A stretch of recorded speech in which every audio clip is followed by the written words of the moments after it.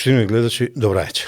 Петок е, 21 часот, ова е подкаст Радар, јас сум Сотир Костов, нели си ветивме ќе се дружиме секој петок во ова време.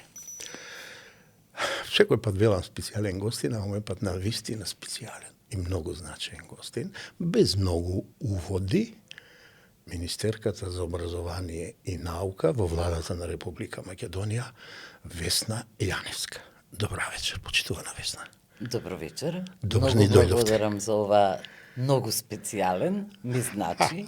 Ке треба да објасните зашто сум многу специјален. Па не, се знаеме некои 20 на години, ама приватното ќе го тргнеме сега настрана. Јас вас ве почитувам како педагог, како универзитетски професор. Се пензионирав од една област каде што високите стандарди на изведбата и best праксис и најдобрите пракси значат нешто, а тоа е воздухопловството, каде што се е на место, а во вашите последни неколку години искажувања, вие нонстоп споменувате стандарди, принципи, норми, ни треба најдоброто да направиме, а во последните 2 години образованието и така натаму, и ја мислам човек кој е задолжен за нашето образование, кое е корен на секоја држава, а науката пак е драйверот, е двигателот на економија, на социјала, на се живо. Ние сме малку слободни и диво да кажеме во едно општество, во една држава, не може да не сте специјален. А за мене сте специјален и поинаку. Ја и така ќе ве представам, инаку можеме и со титули да ве представуваме и тоа ќе го ставиме за другите, кои помалку ве познаваат. Ја правам разлика секој пат, како брендолог, со толку и толку напишани книги, ја велам make a difference, направи разлика и фокусирај се. Кога ќе споредам, еден подпредседател на поранешната влада, кога почна да му поставуваат прашања, тој вели вакви, онакви, ама нема незгодни прашања, нема недозволени прашања, има новинарски прашања и тачка, тој ја напушти со гестакулација непримерна за подпредседател на влада и на министер, ја напушти јавната сцена и дебата.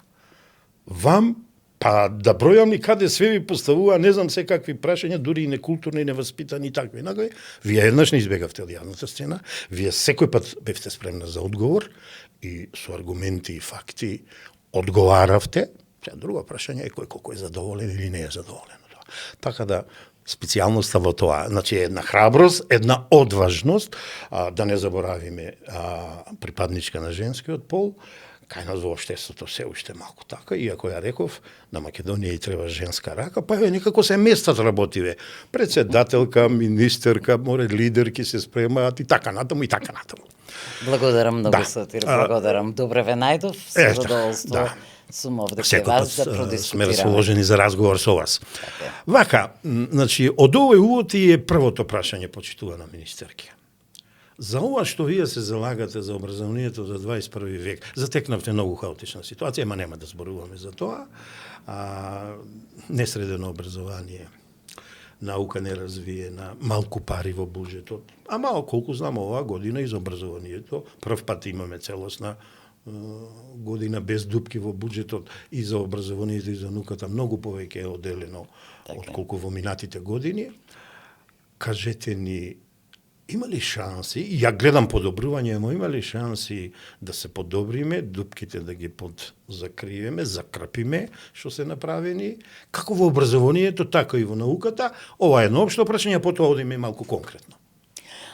Ви благодарам, Сотир. Има шанси. Да. Јас сум оптимист и верувам дека тоа така и ќе биде, но секогаш велам кои си условите за да стигнеме до целта. Треба волја, треба многу напорна работа и треба време. За да менуваме нешто во образованието, треба време. Зошто велам дека има шанси, ќе се обидам тоа да го објаснам. Зошто има шанси? Првата година кога дојде оваа влада да управува со државата, јас како министер го затекнав министерството со 5 милиарди долг и во јуни без учебници. Правевме што правевме и како и да направивме, на 1 септември ги имавме учебниците кои требаше да ги добијат децата. Долгот го намаливме, се приближуваме до нулата. Факт е дека владата го свати, оваа влада, значењето на образованието, она што вие велите значајниот столб на општеството, и да, ние имаме многу поголем буџет и за образование и за наука. Толку сега за средствата, сега за она што сме направиле. Во овие 2 години ние успеавме да ги промениме наставните планови и програми, да ги модернизираме според потребите на нашите ученици, прво во основно, потоа во средно, паралелно работиме и на високо, едно по едно. Ги средивме, значи, наставните планови и програми во основно и обезбедивме нови учебници за 7, за 8, сега за 9 по тие нови програми, за 1 и 2 клас гимназија, сега и за 3 клас гимназија за следната година. Зошто беше неопходно? Неопходно беше затоа што светот околу нас се менува. Ние имавме учебници стари 20 години. 21 век. 21 концепција за гимназија не променета исто така децении. Тоа е недозволиво затоа што нашите деца треба да бидат конкурентни на пазарот на трудот визави другите држави, ако сакаме нашата држава да напредува. Силен белег ставивме на развојот на средно-стручно образование. Општо познато е дека во Македонија недостасува работна сила и нас ни требаат стручњаци со завршено средно, дел што ќе го продолжат своето образование, дел што ќе останат во земјата да работат на пазарот на труд. Тука имаме голем успех, се разбира со помош на странски партнери, со посебни напори, но видлив е резултатот.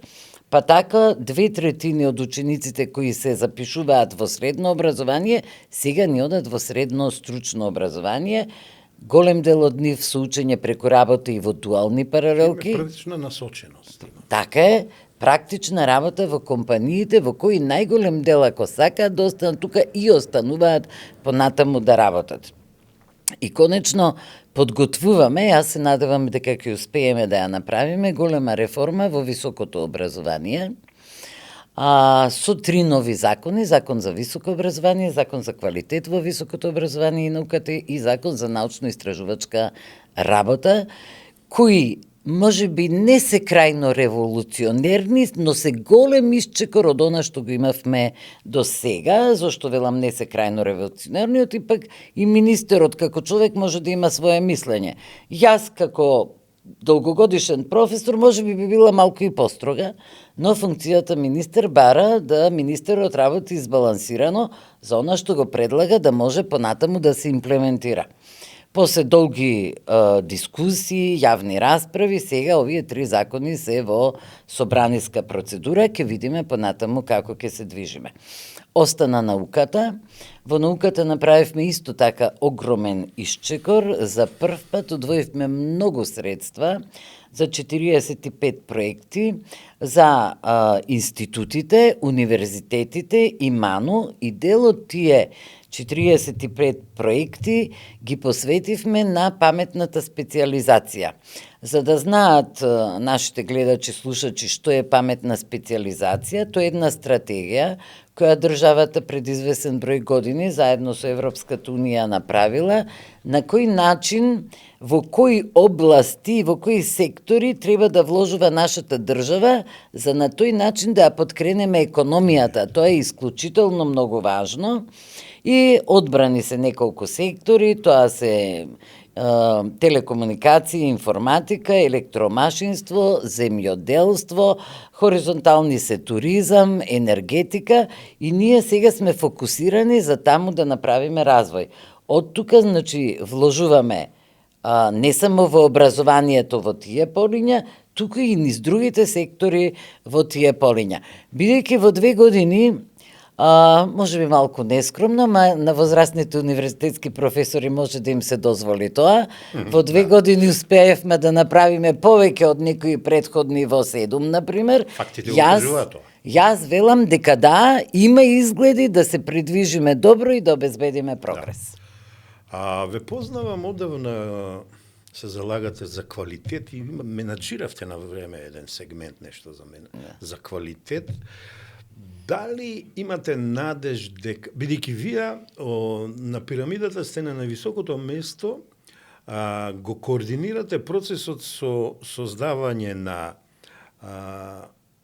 ученици кои сами ќе размислуваат со својата глава, студенти кои ќе се спремни да се фатат со праксата, реалноста, кога утре ќе излезат од студентските клупи, професори способни да ги насочат децата, лидери и да ме простите на крајот и научници кои малку повеќе ќе истражуваат.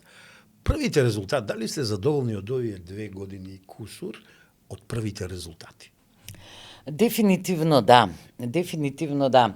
Еве неколку само елементи, да не набројувам многу. Заврши матурата. Првиот дел. Да. Сега овие денови, вчера и во петок имаме дополнителен матурски испит за оние кои не полагаа во јуни. Просекот на матурата е 3,66, што е многу реално според мене и е покачен од 3,2 на 3,6. Тоа значи дека веќе се предвидуваме кон она што треба да биде просек. Имаме мал прогрес. Не очекувам да стигнеме до 5, ниту до 4,5, не би било регуларно. Ова е веќе задоволителен резултат. Ама на долг период е можно. На долг период е можно и тоа. Инаку, да, проектите кои ги добија луѓето, некои проекти се навистина големи, добија по 125.000 евра, некои други кои беа помали добија по 50-60.000 евра, тоа воопшто не се малку пари, а рековме дека се 45 проекти. Луѓето си работат, даваат извештаи, значи веќе има резултат од тоа што го работат. Базичните проекти, базичната наука е основ за развој на нешто друго. Да. Но оние проекти кои се заедно со стопанството или се во апликативната дејност, сигурно ќе дадат, тие ги превршуваат сега, сигурно ќе дадат некаков резултат. Зошто јас ова го потенцирам и зошто сметам дека е многу важно? Во ерата на волку брз технолошки развој, при тоа сите ја спомнуваат вештачката интелигенција и ние мора да ја спомнуваме, не сме надвор од светов, нели? Не сме пусто остров. Така е.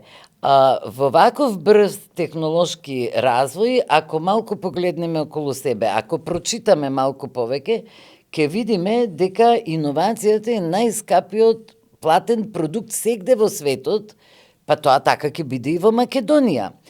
Поготово иновацијата која ќе има некаква апликативна дејност, односно ќе послужи за предприемништво, создавање на стартапи, за развивање на поголеми компании, кои ние секако ќе треба да ги имаме. Од тука долгорочно гледам дека земјата ќе има многу корист од такво нешто и кај вас ќе повторам сутир, што секаде го повторувам. Да. Ние имаме многу убави природни ресурси, но факт е дека немаме газ. Дала природата. Факт е дека немаме нафта. Факт е дека немаме диаманти, тие се на некое друго место, ама јас верувам во нашите млади со кои што сум работела повеќе од 30 години. Факт е дека имаме многу умни луѓе кои треба правилно да го искористат својот потенцијал, но и во земјата да го искористат својот потенцијал.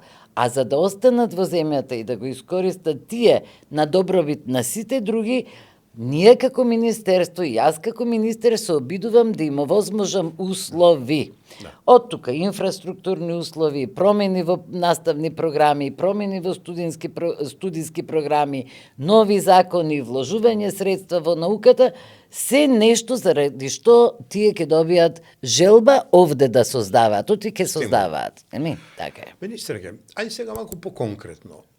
3 години учебници на 1 септември има. Сега ќе ја правиме разликата, за да не испадне дека навиваме. Добро. Претходно не беше така. Да. Ги немаше и тие што ги имаше искинати беа, издрпани беа и никакви беа. Така е. Како успевате сега? Сега пред вас имаше и други министри. Сега, во што е цаката, вака, народски речено? Добро, јас кога сакам да бидам злобна и велам 4 министри во предходните 7 години имале можност, нели, да решаваат по некои проблеми, ете не ги решиле, зошто како, такви биле условите, такви биле можностите, зошто и како има учебници. Прво јасно беше дека моделот на создавање на учебници не е добар, барем така велеше претходната власт. Нема автори, нема рецензенти, нема заинтересираност, Министерството претворено во печатница, нели, тендер за печатење. Со мојата работа во опозиција, каде што јас речиси цела Македонија до последно место ја поминав, не така многу, но во главно многу, во контакт со наставниците, научив што тие сакаат и што им е потребно за ние да имаме добро образование. И тие сака учебници. Не само наставниците, и родителите, и учениците, оние повозрастните кои можат да направат разлика, не првачињата и тие од второ и трето одделение. За да бидеме сигурни дека ќе обезбедиме учебници, учебникарството, односно креирањето на учебниците, донесовме нов закон, ги предадовме на издавачките куќи. При тоа донесовме уредба со која регулиравме цената на учебниците, да не може, нели, така да биде изневелирано. И тоа беа многу два добри чекори. Се уште имаме по стариот закон за печатени учебници, некои кои биле одобрени, неиспечатени и така натаму. Кога објавивме тендер за печатење, правиме разлика. Тие предходните имаа цена 3,4 и 3,9 денари, во зависност од тиражот по страна. Ние успеавме на тендер да добиеме цена од 2,9 денари, иако имаме инфлација, иако е поскапено се. И на тој начин заштедевме 50 милиони денари. Таа сума не е малку. Воопшто не е малку, со оглед на тоа дека ние во овие 2,5 години имаме обезбедено 1.400.000 книги доставени до училиштата. Тоа воопшто не е малку. Дополнително направивме се да биде транспарентно. Секој документ кој влегол во педагошката служба, таа е дел од Министерството, но е посебна служба, и секој документ што излегол од педагошката служба е објавен на веб страницата. И дополнително, доколку некој од издавачките куќи вообичаено сака да види, може да направи увид во целата документација која што има.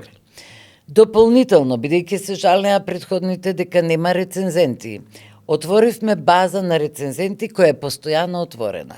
Секој може да се пријави за рецензент и таа мора да е од различни области, математика, мајчин јазик, природни науки, историја и географија, и Националната комисија си ги бира рецензентите. Прилично добро се постави овој систем, сега е веќе стабилен и јас сум длабоко убедена дека повеќе нема да имаме никаков проблем во однос на учебници. Остана еден мал проблем, кога на 1 септември обично ќе се јави некој родител и ќе рече, видете каков учебник добив, и се случи тоа во 2 последни години. Навистина беше сведено на минимум, но го имаше. Би сакале да го искориниме тоа. Како оваа година направивме 3 онлайн обуки за директорите и одговорниот наставник во училиштето, како треба да ги нарачат учебниците. И Министерството не знае колку учебници треба, некој треба да му даде информација училиштата.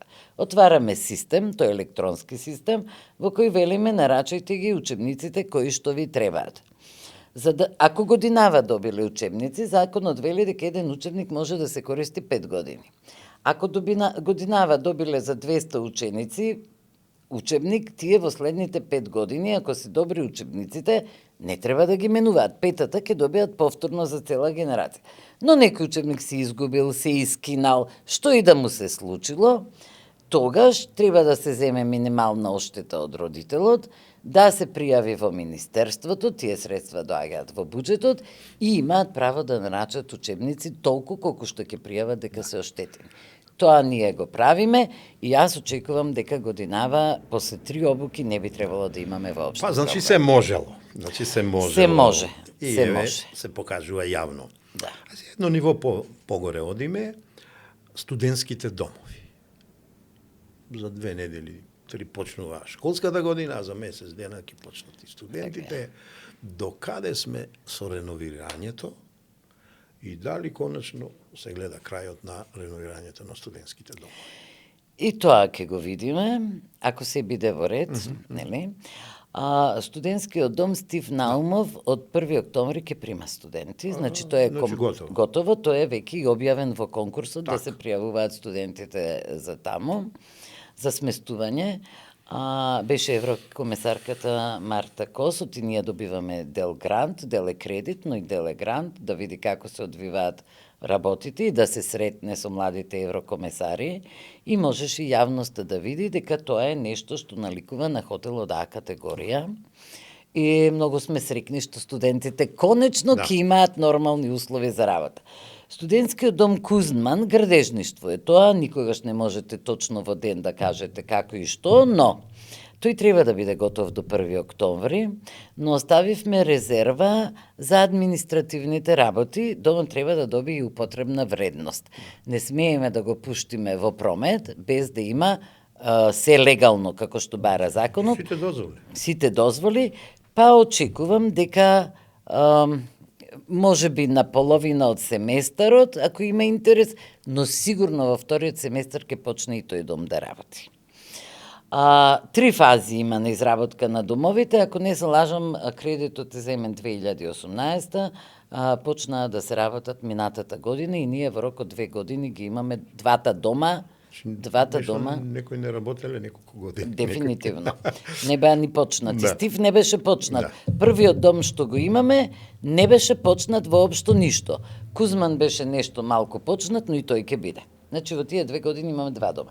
Сега втората фаза, во втората фаза ќе се реконструираат во внатрешноста на земјата домовите, во Охрид, во Штип, во Прилеп.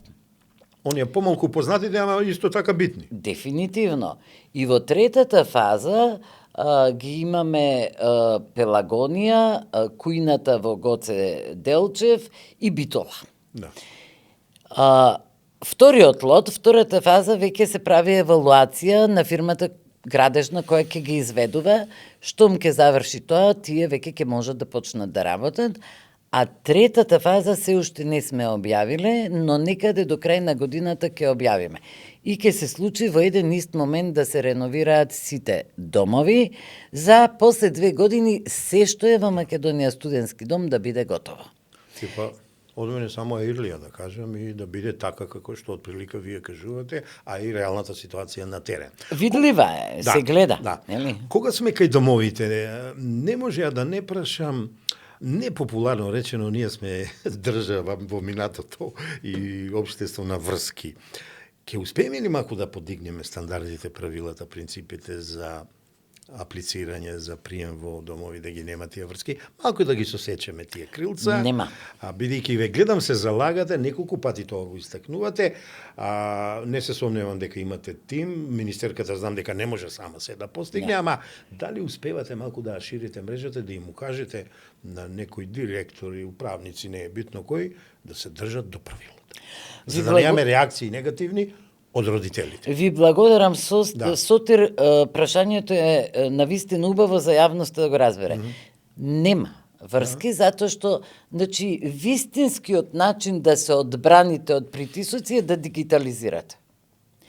Процесот е дигитализиран, они аплицираат, системот е врзан со УЈП и со АВРМ, проверуваме, значи, приходите на семејството, вработеноста на семејството, работата на студентите, затоа што имаме различни категории на студенти.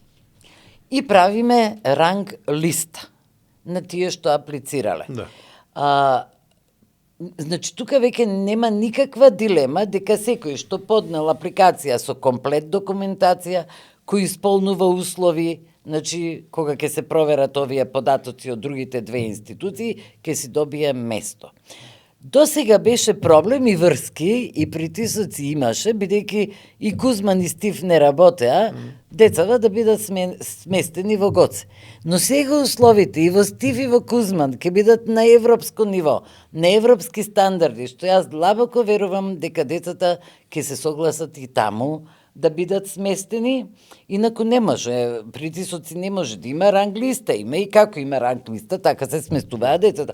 Но имаше деца кои им ја поблиску, например, природно-математичките факултети кои сакаат во Сенич да бидат сместени и така натаму. Јас последните 2 години тврдам дека многу мирно ги поминавме, дури и кога имаше забелешки од одредени студенти, јас сакам таму зошто ова не е ваму, документацијата на увид и наоѓавме решение. Ниту еден студент не остана да не биде сместен. Тоа е за министерот успех. Многу важно. Голем успех. Многу важно. Сите што имаат право на дом и поголемиот капацитет да се искористи, да бидат домовите полни, студентите да бидат сместени, погодност е да си во дом, отколку да плаќаш кирија негде во некој стан. Што ќе биде различно од минатите години? Имавме забелешка од државната ревизија дека сумите кои ги плаќа државата и студентот како партиципација за животот во дом се ниски и тие реално се ниски и ние решивме да направиме мала измена, односно да ги покачиме двете вложувања и од страна на студентите и од страна на државата, со тоа што државата превзема поголем дел, до сега од партиципација беа плаќани вработените во домот и храната и одржувањето.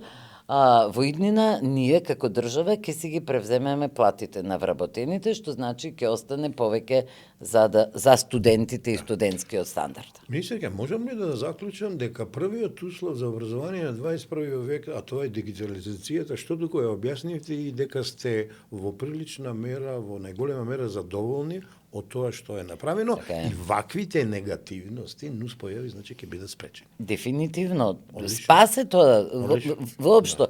Прво, нели, ја заштитуваме околината, добиваме на брзина, се едуцираат младите како е да живеат во дигитален светот и светот станува дигитален, нема притисоци, нема корупција, се е мирно сталожено и праведно. Тоа е најважно. Со Финки и ФФК, факултет физичка култура, како беше. Има ли шанси? Пошто стварно многу години тоа стои. Само зборува вашите претходници. Има ли шанси нешто да се направи? Дозволете, да, има шанси и дозволете мал вовед. Да. Знаете, кога ќе почне една влада нешто да создава. Еве, 2 факултети.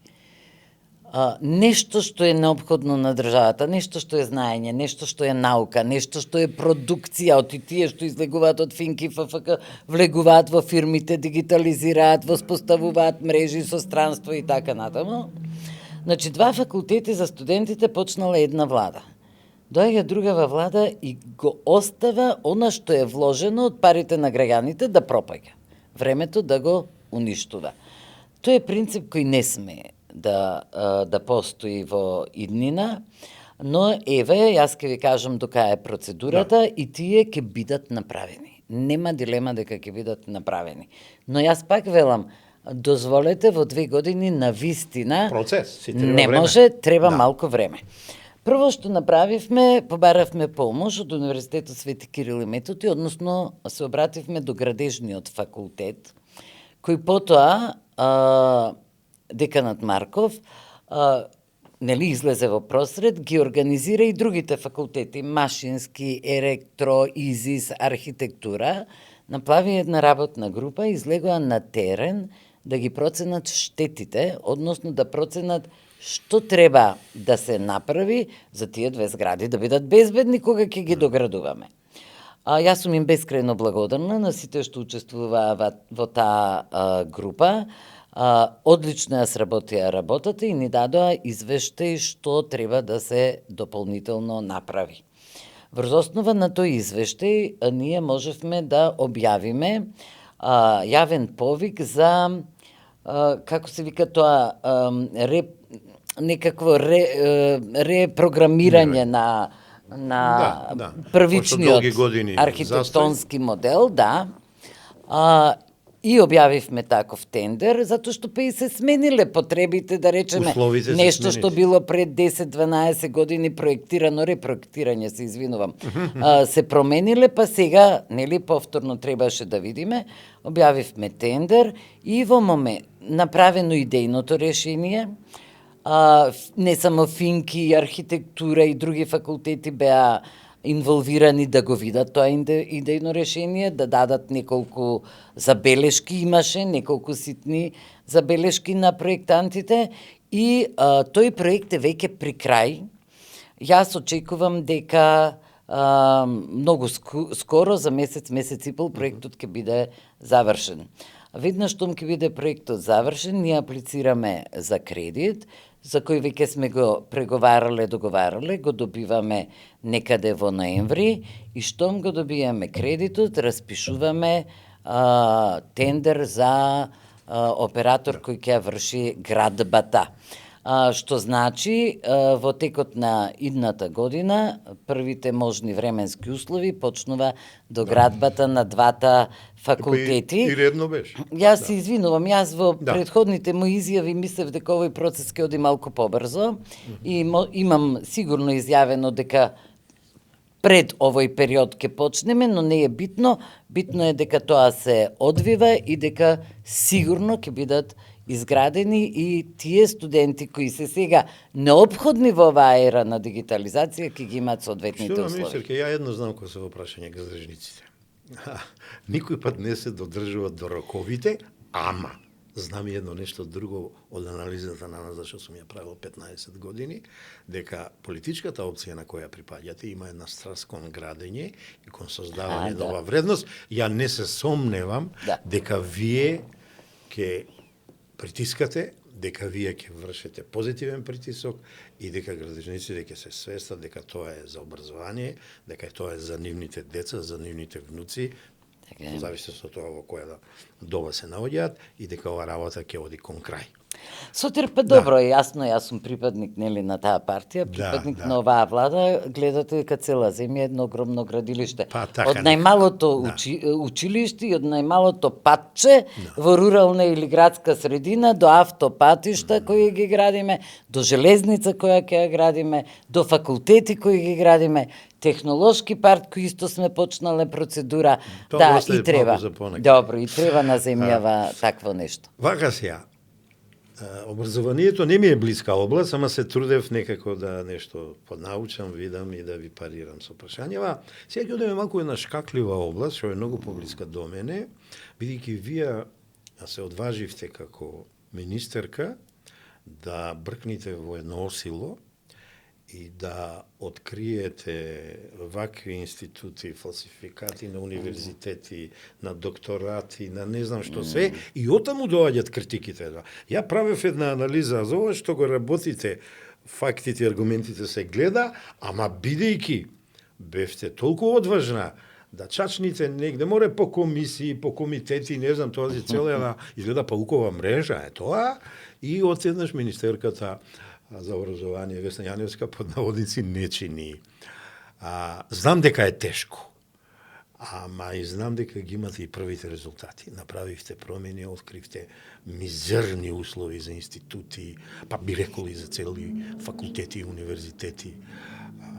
Како е тешко ли е таа работа, бидејќи тоа веќе доаѓа прекршоци, кривични дела, а знам дека таму има и притисоци, после има и директни и индиректни влијанија. Бидејќи чачкате во нечија гордост, во нечија понос, на фалсификат, на нечесен начин стекната. Ме свативте што ве прашам. Сосема добро ве разбрав. Не е лесно. Да. Не е лесно, но е неопходно. Неопходно е затоа што мора да направиме одредени промени кои ќе бидат во корист на целото општество. Не е ова само во нешто што го засега образованието. Интелектуален и куколот. Значи, некој треба да ја придвижи економијата на оваа земја, индустрија, земјоделието. За да може тоа да го направиме, треба да имаме стручни луѓе, а знаењата и науката се стекнуваат по универзитети и институти. Полесно беше законското решение за работа со институтите и ние ништо револуционерно не направивме, освен што рековме ќе формираме комисија и ќе одиме да видиме како работат тие институти кои се регистрирани како институти. За да видите и излегува крокодили. Крокодили, навистина крокодили. Тие институти за да бидат регистрирани како институти треба да исполнат одредени услови и да постигнат одредени стандарди. За жал, веројатно од нивното формирање до ова прва контрола, до сега не беше направена, не била направена, барем јас не најдов документација во Министерството, било каков мониторинг, не мора да е контрола, еве, наблюдуваме што не се случува во науката. И таму откривме дека не се почитувал законот, дека нема никакви услови за работа, дека немаат програми, дека не создаваат... Условите дури и субстандарди. Јас го кажувам тој брутален пример, кога наводниот институт е една соба во кладилница или едно прикрпено сопче во еден маркет. И како да избегаме од тие кладилници и казини? За жал, се надевам дека и тоа оваа влада почна да го решава, успешно ќе го завршиме, тргнате процесот. Значи, нема вработени, еден-двајца човек, сомнежот е дека името институт се користи за некаква апликативна дејност. Нема друго, се што беше по закон, ние затворивме, избришавме од централниот регистар. И во главном, кај најголем број од тие институции кои ние ги затворивме, се помина мирно. Некаде имаме приговори, некаде дадовме рок, ако е помала пропустот, да биде поправен, но се на се во моментот имаме затворено 16 така наречени институти. Не е мала бројка. Не е мала бројка. Тоа е срамота, е тоа што се правило во минатото. Не, така е, нема дилема и не знам, замислете се, ние водиме, 16 научни институти. Кога некој од странство научни институти. Кога некој од странство ќе не погледне, ќе рече, па вие сте, нели, чудо, со волку научници, со волку продукција. Де факто ние немаме никаква научна продукција, само го користиме името. Тие 16 ги затворивме. Со факултетите е малку поинаква состојбата. Се уште таму работиме на два начини. По пријава, дека се случува нерегуларност, и конечно, после долги години, почна да работи Агенцијата за квалитет во високото образование и науката. Тоа е многу битно. До доаѓањето на оваа власт и новата директорка на агенцијата, госпоѓата Христина, немаше направено ниту една евалуација на ниту еден факултет, на ниту еден универзитет. Затоа и така сме рангирани. Дефинитивно. Таа во многу скромни услови, со многу малку вработени, успеа да ги направи првите евалуации со странски експерти. Тоа е многу важно, за да не бидеме обвинети дека ние работиме по не знам наши принципи. Партизација. Субјективизам, партиска припадност. Ко нема што така ве напаѓа. Не. Со двајца странски експерти вклучени во комисија од тројца, еден домашен и двајца странски. Направи евалуации, некаде беше се во ред, некаде дадоа рок да се поправи и некаде одзедоа акредитации, значи студиска програма по која што ќе се работи. И тоа ќе продолжи интензивно понатаму да се случува. Другиот модел е кога имаме пријава, Државниот просветен инспекторат оди на терен и проверува дали процедурата и условите кои треба, вообичаено се тие пријави за избор, неправилен избор, проверуваат, значи дали е процедурата и условите, дали се зачувани, дали има и дали е некаква грешка и дали изборот правилно направен. Да, имаме случаи кај што сме нашле неправилен избор. Во тој случај Државниот просветен инспекторат ги задолжува да се поништи изборот и да се плати казна. Да, имаме на неколку институции каде што е платена казна заради несоодветно работење и продолжуваме во истиот стил. Сега, веројатно, ќе имаме многу повеќе работа, после кога ќе бидат донесени новите закони, ќе треба да се провери дали се имплементираат новите закони, но тоа е наша работа и ние ќе се работиме. Јас само едно ќе ви кажам во овој сегмент. Продолжите вака храбро, истерајте го плевелот интелектуален, би рекол, кој е фалсификуван и вметнат во најбитниот сегмент на државата и на политичкиот систем, тоа е образованието и тоа е една изрека филозофска, тоа што не може да ве уништи, само ќе ве ојача. Така е. Така спомниме Ниче. Така е. Добро, ајде сега малку да поминеме можеби на најсензитивното прашање. Јас со две невладини организации се бавев малку. Генерацијското насилство, насилството во основните, во средните училишта, нешто што мисламе голем пропуст на семејството, на државата, а во тој склоп и на образованието, ама ја образовниот систем не го ставам на прво место као виновник. Ние сме виновници.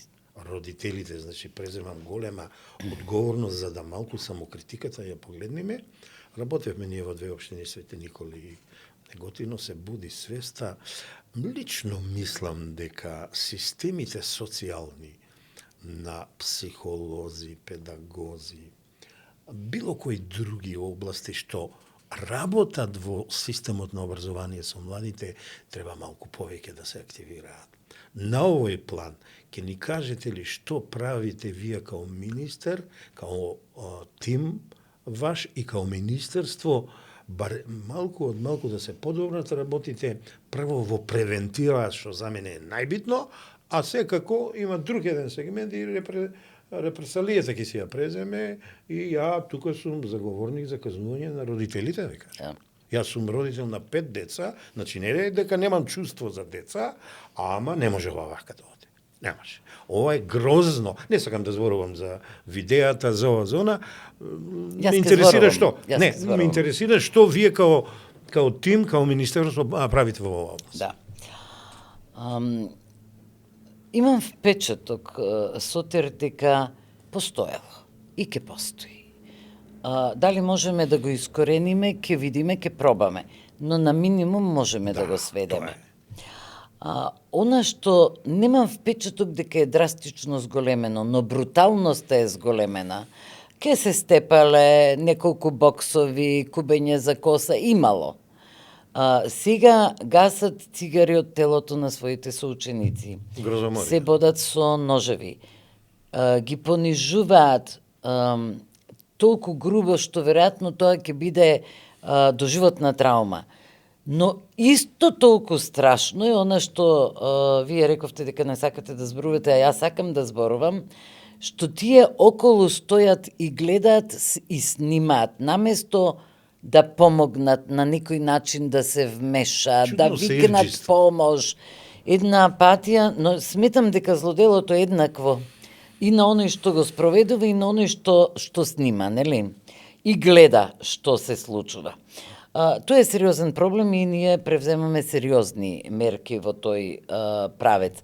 Имаме повеќе системски активности, кога ќе речеме проекти, тоа нешто што почнува, завршува, системски активности кои не можеме да ги спроведеме сами.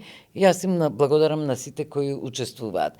Прво што направивме, со оглед на новите збиднувања, нели, начини на агресија, би рекла, го направивме прирачникот за училиштата за препознавање и борба против булинг или врсничко насилство и го поделивме заедно со Бирото за развој на образование. Сум им благодарна на прекрасната превентивата работи.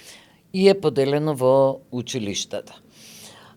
Со оглед на тоа дека различни се типовите на агресија и дека педагозите, психолозите и таа стручна служба која треба да биде инволвирана и не секогаш е добро подготвена за такво нешто, направивме еден голем проект со Комората на психолози, кој го крстивме како превенција или препознавање на врсничко насилие поради семејно насилие како корен и од кое потекнува врсничкото насилие, што значи многу обуки, многу панел дискусии, многу трибини во кои Комората на психолози работи со наставниците, со стручните служби, но ги инволвира и родителите.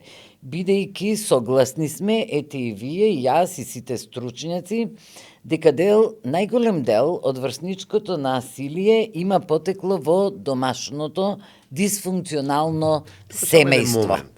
Анализирав ова е ван вашата област, ама се компаративно ќе ве прашам дали се согласувате. Анализирав број на разводи. Анализирав степен на алкохолизам кај таткото, кај едниот или кај другиот родител, кај мајката. Анализирав степен на употреба на недозволени субстанции, прекурсиви, дроги и така натаму. Видов дека од тие бројки и секако рецидива, повратништво, криминал и така натаму, кај родителите едниот или другиот или и двата, видов дека од тие бројки многу зависи од однесувањето на децата. Дефинитивно. Не треба ли, а вие веќе одговоривте у еден сегмент, координација броев на 17 субјекти се потребни, а вие во глобала ги спомнавте сите 3, 4, 5 и да се действува координативно интерсекторски. Така е. Значи, покрај оваа обука ние имаме и други прирачници со Телеком, прирачници со Мак Петрол, со коалиција сега стандарди за безбедно училиште. Значи имаме многу други активности, но една од активностите преку сите овие активности е да го тој е пропишан во прирачникот, но некако во пракса да им го приближиме до наставниците, процедурата по која треба да се постапува. Секако погрубото насилие се пријавува во полиција и сега стигнуваме до казните, значи родителите добиваат кривична пријава и ние дополнително во Законот за средно и основно велиме дека секој ученик кој ќе направи насилие во училиште, родителот ќе му биде казнет со 250 евра казна за секое насилие што ќе го направи во текот на годината. Тоа се пријавува во полиција. Друго, педагозите, психолозите, социјалните работници треба да ги повикаат родителите. Се случува родителите не секогаш да сакаат да соработуваат со училиштето, или не сакаат, или не се свесни, или не веруваат, не можат да поверуваат дека нешто се случува со нивното дете, но го има тоа. Тогаш се повикува социјалната служба да помогне во работата со родителите, а доколку има потреба за одредени дечиња, се бара и медицинска помош да работат. Не секогаш овие карики поврзани меѓу себе добро се врзани, понекогаш има пропусти, но токму на тоа и работиме. Затоа што ние може да работиме само со детето, успехот ќе биде помал. Оти детето е во истата средина, и на училиште, и дома. Мојата теза е дека децата не стануваат агресивни на училиште, децата доаѓаат агресивни во училиште. Па затоа треба да фатиме поголем круг на чинители. Верувам дека и тука ќе имаме успех, затоа што големи се овие акции што ги правиме и не ги правиме само во 5-10 училишта, него ќе опфатиме поголем процент, всушност целата територија и повторно мојот фактор време, но добро се одвива. Да се менува мајнсетот. Се менува менталитет, тоа не е лесно.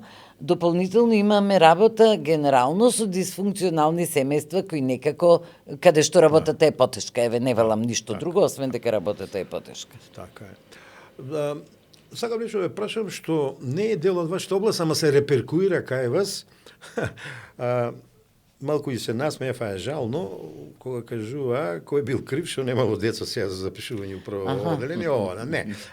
Тоа си е наталитет и тоа се други области, ама доаѓа 1 септември, помал е бројот на првачињата. Јас само вака би ве прашал, малку социјално е прашањево. Ке има ли училиште кај што ќе нема деца? Ке има ли загрозени наставници, учители, да речам професори? И дали, доколку има таква појава, ќе се помогне тоа да се санира, да се направи прераспределување и така натаму, а долгорочно се знае, треба да се смене, ова влада донесе стратегија за зголемување на наталитетот, ама ќе треба изгледа ние да сватиме дека треба малку дома да си поработиме, како нашите баби и дедовци на времето. И ме интересира на тој план дали нешто, па и како образование укажувате за да некој друг преземе нешто. Така.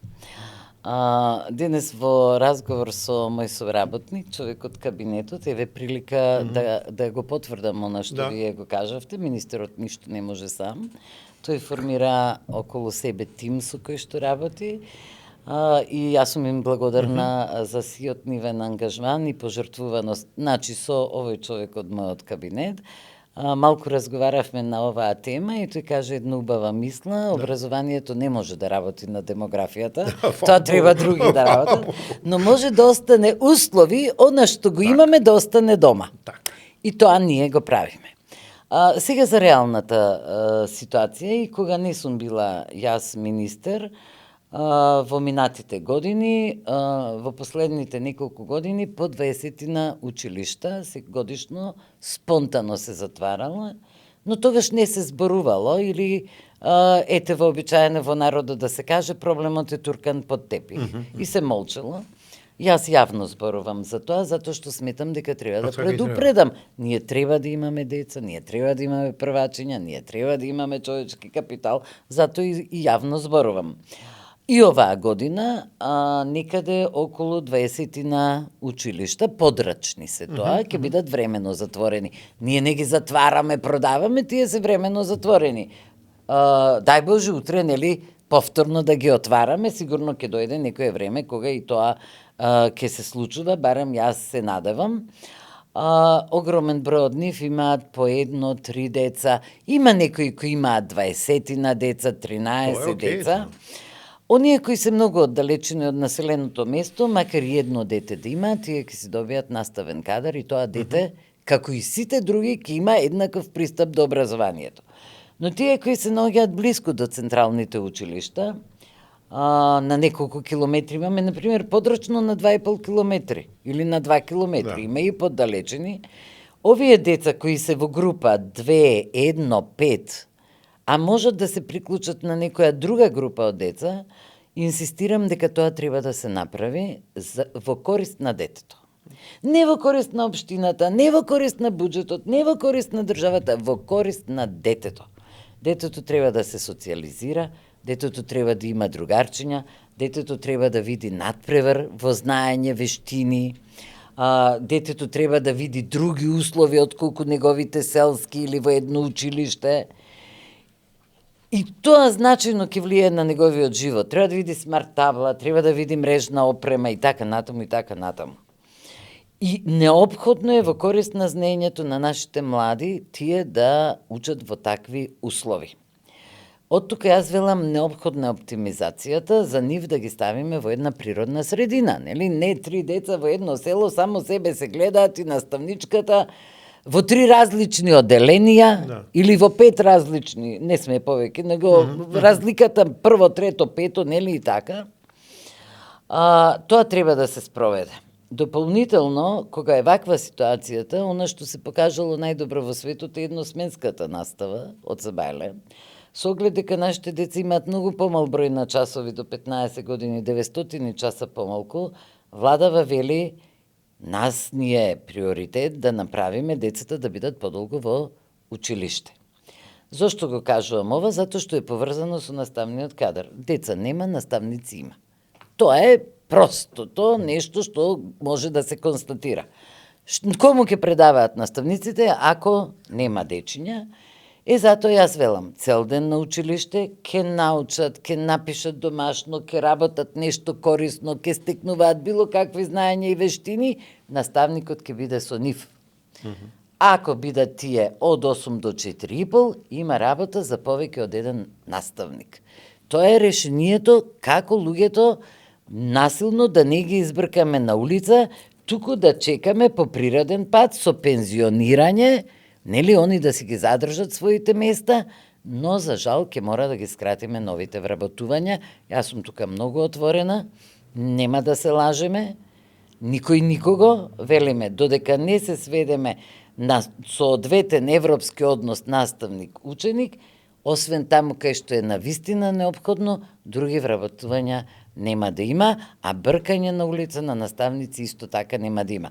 Те кариерни советници, те координатори, те помошници, се во корист на квалитетот на наставата. Не мора да биде наставник, нека биде кариерен советник. Нема доволен број на часови, нека биде во дневен престој. 2 паралелки од по 5 деца ќе ги споиме во 10 деца, ама наставниците ќе бидат во целодневна настава. Едната до поладен, другата, едната или едниот, во главном се учителки, од поладен. Така да гледаме најбезболно што може овој процес да го затвориме. Доаѓаат градоначалници, доаѓаат директори на училишта во Министерството, доаѓаат советници, заеднички ги правиме плановите, ние сугерираме, учиме, на крај општината одлучува како ќе го спроведе тоа. Штима министерке, во последните неколку години пишував, ретски ударав, наши млади дечиња освоија сијасет златни, сребрени, бронзани медали, а најмногу златни, прави места. Море во Кина, надпревари. Море во Кореја, море во Русија, море во Швајцарија, да не ги набројувам на секаде.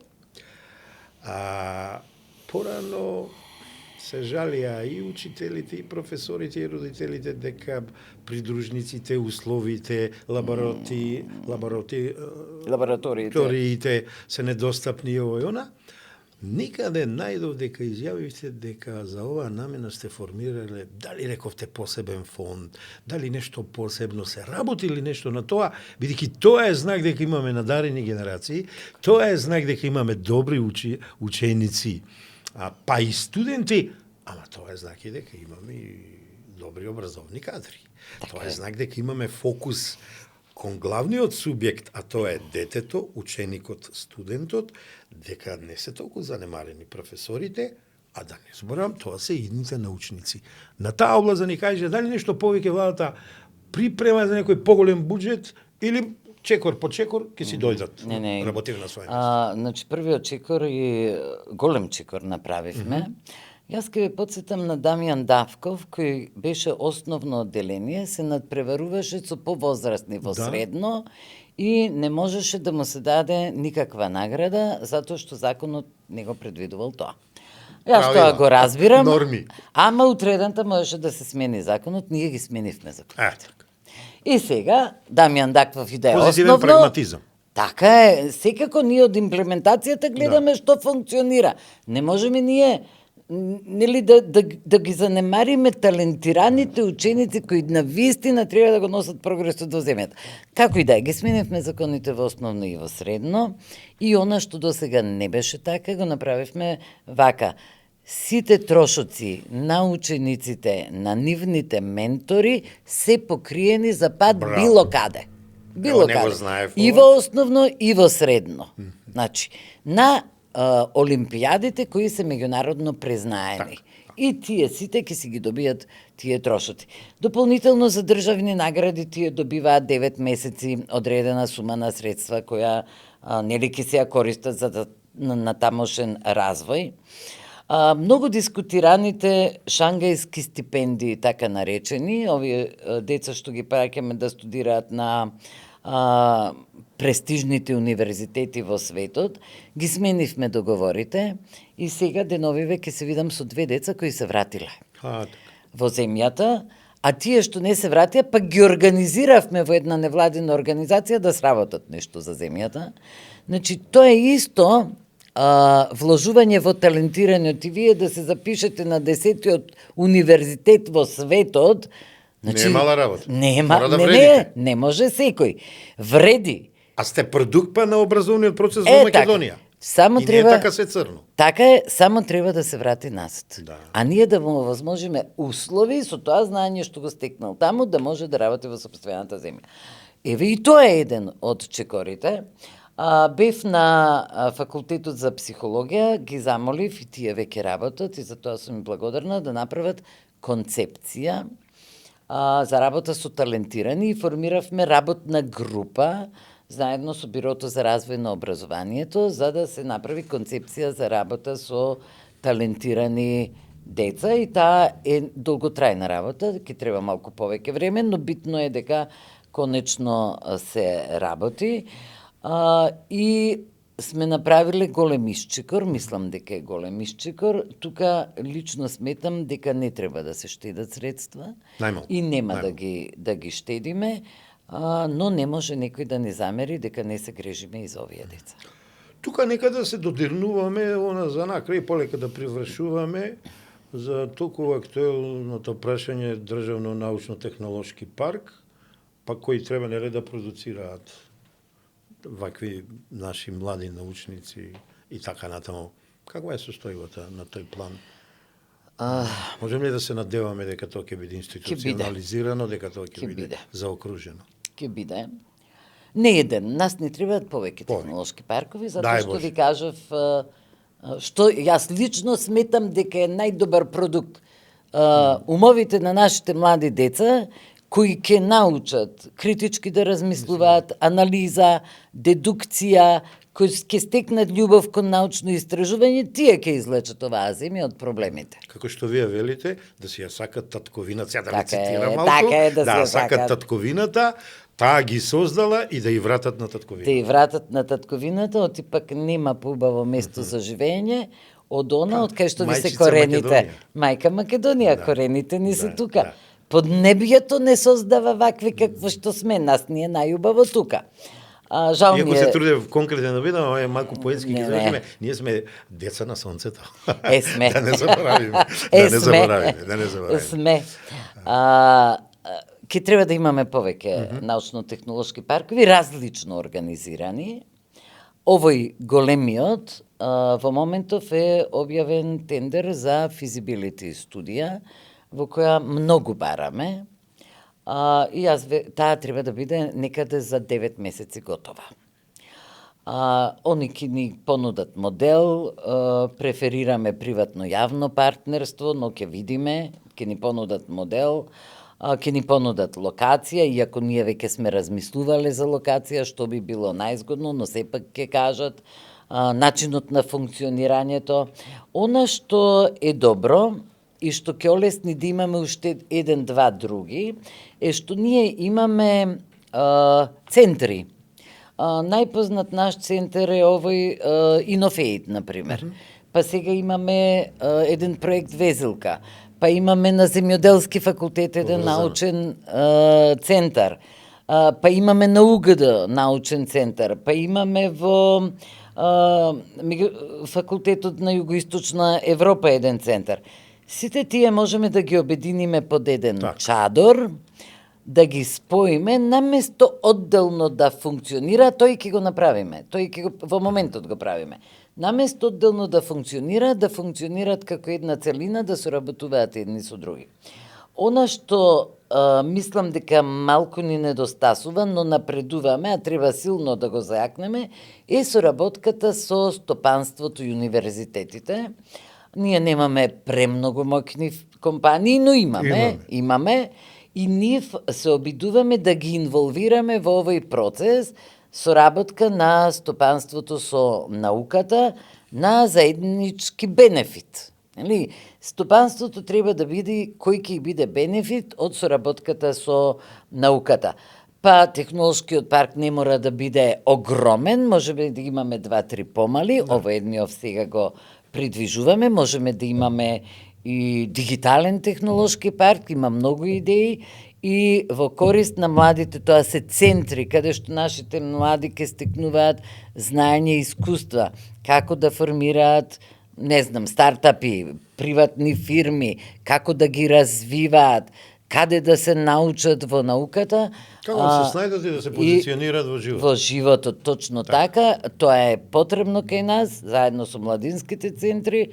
Младинските центри може да бидат дел од технолошкиот парк и тоа ќе биде и сметам дека оваа политика треба да ја продолжи било кој следен министер и било која следна влада. Тоа е во корист на земјата и на младите. Добро, тука сте коректни дека ништо не е вечно и ако мислам како терате, добро терате, па нека потрае. Нека потрае тоа од мене, од еден 70 годишњак имате една мисла. Почитувана министерке, ние не сме само информативен подкаст, ние сме и образовно воспитен подкаст.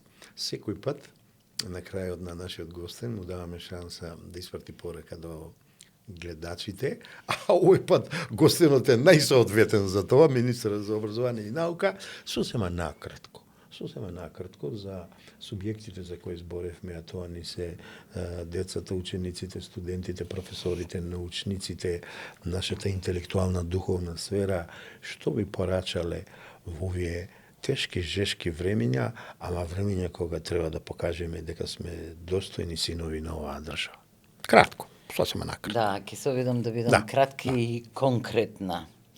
Прво би рекла дека нема поголемо богатство од знаењето, од и се друго може да биде одземено, освен она што децата го имаат во својата глава, како знаење, вештина или компетенција стекнато во текот на животот, и тоа е нешто што ќе ги води, тврдам, низ животот и со што тие ќе си обезбедат себе, личен мир, но и на околината базична една сигурност и просперитет. Од тука знаењето е нешто што е многу вредно и им порачувам дека треба да се трудат да го стекнат што е можно повеќе, потоа корисно да ги искористат за себе, но и за сопствената околина. Оти само пустиниците, велиме, живеат сами во пустина, ние имаме грегарен нагон и живееме во општества организирани и треба да има со кого да живееме. И трето што веќе го спомнав, а што сум го искусила и јас лично, дека нема поубаво место за живење, освен во меѓу својата природна средина, тоа е семејството и татковината, дека татковината може да стане просперитетна и еднакво убава како било која друга земја која ја замислиле, само ако се вложат доволно за заеднички таква да ја направиме. Право, кратко, јасно, концизно. Министерке, нешто приметив дека ај што сте универзитетски професор, ај што сте министер, ај што сте министер за образование и наука, вие сте концептуалист. Концептуално настапувате, а јас па, мојата маленко се позната дека пред 10-12 години напишав 3-4 книги, издадов толковник и имам невладина организација и академија која ме се вика Бренд концепти. Ке си дозволам, ние секој пат на нашите гости поклонуваме книги, со тоа покажуваме дека книгата е најголемата алатка за еден субјект, дали е тоа дете, студент, научник, не е битно, министер или било што, ама примерот е битен за младите. Ке си дозволам да ви поклонам 2 книги, чиј автор сум. Иначе имаме и книги од Матица Македонска, Раде Силјана, ма ги потрошив, ми ќе треба да одам на кафе и да земам нов контингент. До тогаш, јас вам ви си дозволувам да ви поклонам Вселена на брендови, каде што се најдобрите кампањи и образовни и необразовни и за градови, и за дестинации, и за држави, и било што како се станува квалитетен бренд или како концептуално се размислува и се действува, и еден толковник, брендинг, адвертайзинг, public relation, кога пред 17-18 години се зафатив со оваа работа, видов колку не знам. Ами јас сум поклонник на long life learning, целоживотно учење, зедов да учам од нула.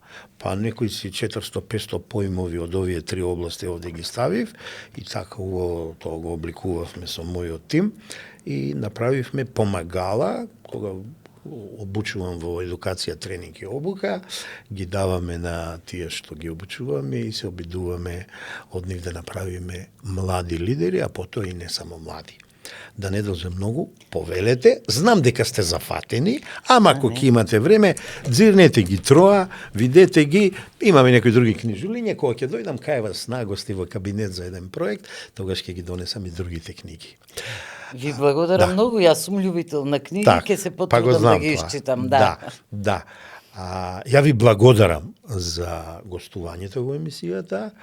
Долго време не се видовме, се надевам за следната средба нема толку време да помине, некаде да речеме оваа дистанца од 3-4 месеца, ќе зборуваме за новите резултати, за новите напредоци, за новите прогреси, пред се во вашата област, во образованието и науката, а секако и во целосен план на економски, социјален, политички, правен аспект, бидејќи припаѓате на владата, припаѓате на коалиција која си зеде обврска со голем народен легитимитет, оваа држава да води 4 години, а веќе тоа го прави година и кусур.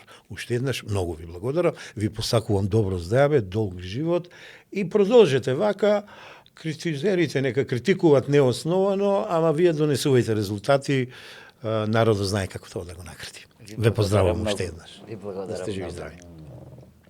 Поштинови гледачи, ова беше подкаст Радар. Ова беше разговор за нашите најбитни, за нашите деца, за нашите ученици, за нашите студенти, за нашите учители, професори, научници, за нашите лидери и за луѓето кои работат, да им се оддадат услови, да тоа што го имат во себе, тоа што го научиле, го дадат на другите во Македонија, на тие што идат по нив. Се гледаме другата недела, се гледаме во петок навечер на 21 часот. До тогаш да сте ми живи и здрави.